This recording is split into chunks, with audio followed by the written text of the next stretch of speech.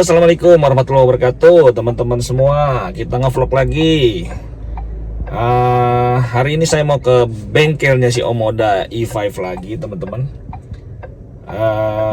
Sempet tempo hari kan muncul ya lambang airbagnya. Terus kita bawa ke bengkel dan sudah di reset. Intinya bisa gitu ya, normal lagi. Tetapi kemarin saat saya hujan-hujanan, saya bawa mobil lagi, hujan-hujanan muncul lagi teman-teman warning airbagnya gitu ya. Jadi mau nggak mau saya kontak lagi bengkel dan ternyata diputuskan untuk melakukan pergantian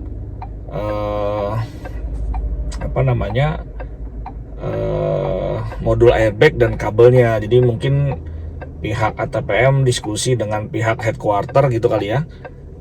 Kalau permasalahannya saat hujan-hujanan itu sering muncul warning airbagnya, ya mungkin dianalisa harus diganti kabel dan modul airbagnya. Begitu teman-teman.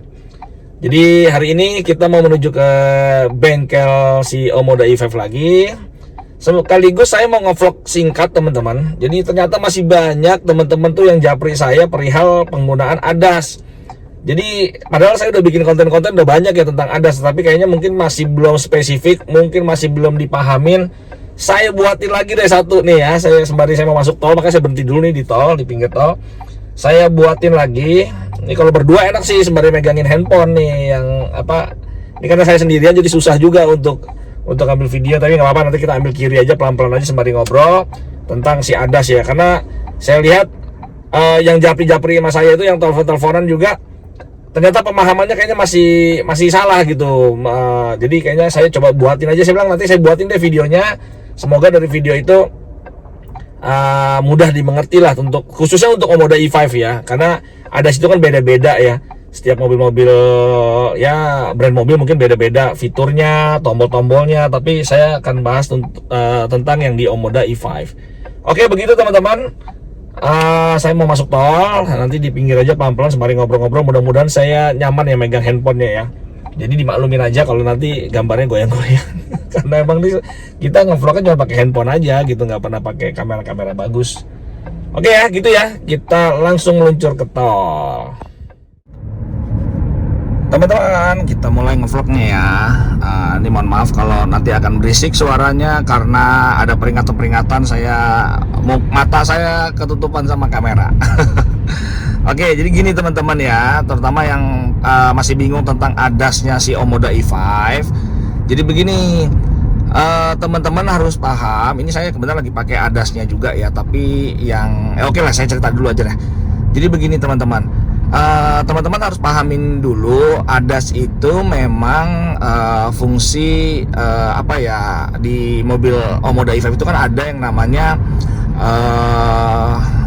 fitur adaptive cruise control ya. Jadi ada yang namanya adaptive cruise control. Nah, intinya teman-teman tahu dulu bahwa ada fitur yang namanya adaptive cruise control.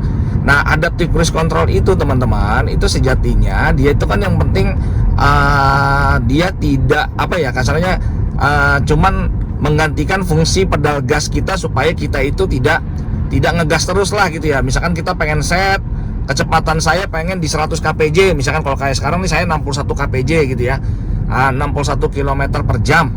Nah udah, karena saya set segitu ya saya nggak perlu nginjak pedal gas. Itu intinya adaptive cruise control itu seperti itu. Atau cruise control dulu deh, jangan adaptif dulu deh. Nah cruise control itu seperti itu teman-teman. Jadi buat teman-teman yang mungkin sebelumnya nggak pernah pakai cruise control atau baru lah gitu ya, nah itu seperti itu. Cruise control itu hanya menggantikan fungsi kaki kita supaya nggak ngegas, intinya gitu. Nah ada tambahan adaptif kan. Nah di mobil M5 kita ini kan ada adaptive cruise control. Nah adaptive cruise control itu maksudnya dia itu bisa adaptif. Jadi bisa kalau misalkan teman-teman itu lagi lagi pakai cruise controlnya, tiba-tiba di depan itu ada objek gitu ya, ada objek mobil, motor.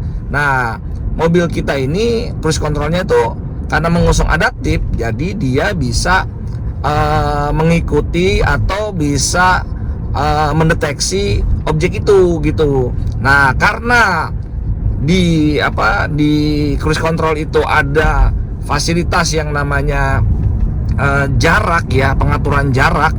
Jarak itu kan bisa diatur teman-teman. Kalau di Omoda e5 itu yang di sini ya, yang lambang mobil warna merah. Kalau saya ini jaraknya dekat gitu ya. Nah, nanti ada juga yang jaraknya mungkin menengah atau jauh. Nah, intinya dia itu akan ngikutin itu teman-teman. Kalau misalkan teman-teman pakai cruise controlnya tapi jaraknya misalkan jauh gitu, ya dia akan jaga. Saya nggak tahu detail ya, kalau di Omoda e5 ini misalkan saya pakai yang warna merah nih. Contoh nih, saya warna merah ya. Nah, warna merah itu misalkan jaraknya kan jarak dekat. Nah, jarak dekat itu mungkin ya bisa aja berapa ya, misalkan anggapnya 5 meter gitulah. Anggap 3 meter atau 5 meter misalkan gitu ya. Nah, kalau menengah itu misalkan 7 meter. Oke, kalau jarak jauh tuh 10 meter misalkan begitu. Nah, mereka cruise control itu akan adaptif di area itu teman-teman. Semisalkan saya pilih merah itu misalkan 3 meter gitu ya. Ya berarti dia akan, cruise control saya akan bisa mendeteksi objek itu ya di 3 meter itu. Jadi kalau ada objek 3 meter ya dia akan adaptif. Jadi dia akan mengerem sendiri. Ntar kalau dia objeknya itu lebih dari 3 meter, dia akan menjauh sendiri gitu. Akan ngegas lagi. Intinya begitu teman-teman. Jadi harus teman-teman pahami bahwa sejatinya cruise control itu hanya menggantikan fungsi gas aja sebenarnya gitu. Nah, dengan adanya embel-embel adaptif itu berarti dia bisa ngegas sendiri, bisa ngerem sendiri. Intinya gitulah, bisa ngegas sendiri, bisa ngerem sendiri. Nah, kapan dia ngegas, kapan dia ngerem tergantung settingan tadi teman-teman ini. Ada 2 settingan. Pertama, settingan berapa set limit KPJ-nya. Jadi batas kecepatannya itu berapa teman-teman atur di situ, sama jarak tadi. Jarak mobil yang aman antara objek kalau dia bertemu dengan objek depan gitu, itu berapa sih jaraknya gitu teman-teman. Nah, itu pada prinsipnya sebenarnya adaptif tuh hanya itu aja teman-teman. Nah, sekarang bukan berarti banyak orang ngomong berarti kita tembak mobil depan. Itu bukan tembak mobil depan sebenarnya sih gitu teman-teman, karena mobil depan tuh terdeteksi sama jarak yang kita pilih. Nih kayak saya nih ya, saya kan pilih merah ya. Ini karena di depan tuh nggak ada objek ya, saya nggak ada yang warna biru tuh mobil yang ketembak. Seolah ada banyak orang ngomong tembak lah, termasuk saya pun juga kadang suka ngomong begitu juga. Jadi bukan berarti kita nembak mobil depan, bukan ngikutin mobil depan, enggak. Karena mobil objek ada yang masuk ya otomatis terdeteksi gitu teman-teman.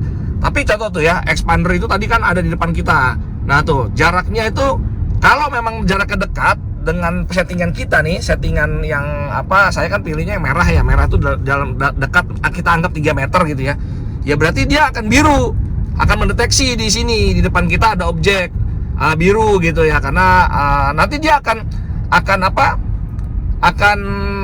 adaptifnya mulai bekerja tuh. Kalau terlalu dekat, misalkan tadi di jarak 3 meter, dia akan ngerem. Tapi kalau mobil depan sudah menjauh lagi gitu, ya kita akan kejar lagi sampai ke batas limit KPJ-nya gitu teman-teman. Jadi bukan nembak mobil depan ya, bukan berarti mobil depan kenceng dia kenceng, enggak. Ya tergantung set limit KPJ-nya. Kalau teman-teman cuman setting kayak saya ini 61 tapi mobil depan sekarang lagi kenceng-kenceng banget ya, saya nggak bakal ngejar dia gitu. Jadi bukan berarti nembak mobil depan, bukan ya. Nah, itu harus teman-teman pahami. Yang selanjutnya adalah di fasilitas Omoda e5 ini ada yang namanya tadi ya adaptive cruise control. Tapi adaptifnya juga ada 2 tipe teman-teman. Ada yang integrated atau ada yang bilang ICA gitu ya. ICA itu integrated cruise assist. Jadi saat lagi cruise control aktif itu teman-teman ada yang cuman adaptif aja. Kayak sekarang nih saya cuman adaptif aja nih. Tandanya di mana? Nah, tandanya di sini tuh. Di sini nggak ada lambang setir ya. Nggak ada lambang setir yang warna biru tuh. Nah, kalau nggak ada lambang itu berarti saya lagi pakai mode adaptif aja, adaptive cruise control. Jadi kendali setir ini benar-benar sepenuhnya tergantung saya. Saya mau belok kanan, saya mau belok kiri, saya mau bermanuver, itu tergantung saya teman-teman. Nah, sementara kalau kita mau pakai ICA ya, kita mau pakai ICA-nya, integrated cruise assist-nya, ini terkadang pencet lama nih teman-teman nih. Pencet mode cruise control ini yang buat ngaktifin tadi ya, ini pencet lagi yang lama. Nah, kalau teman-teman udah pencet lama, dia akan jadi mode integrated dan setir ini akan diintervensi. Tandanya apa? Tandanya nanti akan ada lambang biru setir di sini sama jalan ini ya. Lane keeping assist-nya ini yang jalan ini ya, samping kanan kiri marka jalan ya. Itu dia akan jadi biru teman-teman. Nih, coba ya kita coba buktikan. Kita coba pencet yang agak lama nih ya. Kita pencet lama. 1, 2, 3. Saya pencet yang lama. Nah, lambang tuh lihat ya, langsung muncul tuh integrated. Nah, terus akhirnya juga warnanya jadi biru ya. Jalan juga jadi biru. Nah, kalau begini, ini pasti teman-teman akan ditengahin nih. Jadi mobil ini akan tengah-tengah terus nih. Gitu teman-teman, ya. Mobil ini akan selalu di tengah. Nah, kalau teman-teman mungkin jangan-jangan settingannya nih ya, saya rubah sekarang, saya rubah lagi, saya pencet lagi yang lama. Oke, sekarang cuman ke ACC mode only aja, nggak pakai intervensi ya, nggak diintegrated kan.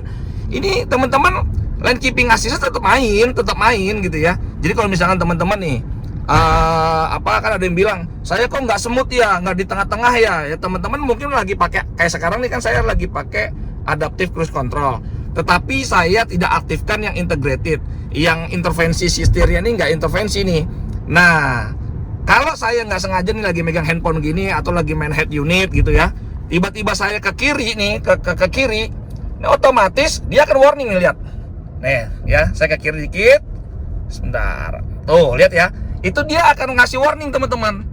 Jadi kalau misalkan teman-teman keluar jalur, dia akan diintervensi. Ini akan dikasih tahu aja nih setirnya nih. Kalau teman-teman setirnya disetting di head unitnya getar, ya akan getar gitu ya. Nah, jadi gitu ya teman-teman ya. Jadi beda antara cruise control biasa, mode biasa, atau integrated cruise assist. Jadi memang teman-teman harus pahamin itu. Jadi kalau misalkan kok saya terasa dibuang ke kanan, dibuang ke kiri, ya mungkin teman-teman nggak pakai integratednya, itu lagi pakai mode adaptive cruise control only aja gitu teman-teman. Nah, itu teman-teman harus pahamin juga. Jadi biar nggak salah mengartikan fitur-fitur di Omoda e5 ini ya. Begitu teman-teman ya, semoga ini menjawab ya. Karena ini udah depan mau nge-tap tol nih, saya harus akhiri videonya nih tuh. Udah mau nge-tap tol.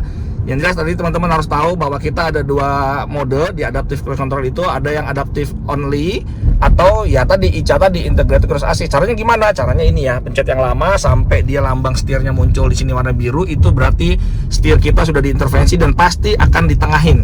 Jadi kalau teman-teman lepas aja setirnya, pasti dia akan di tengah-tengah terus. Oke, begitu ya teman-teman ya. Sampai ketemu lagi di vlog kita berikutnya. Assalamualaikum warahmatullahi wabarakatuh.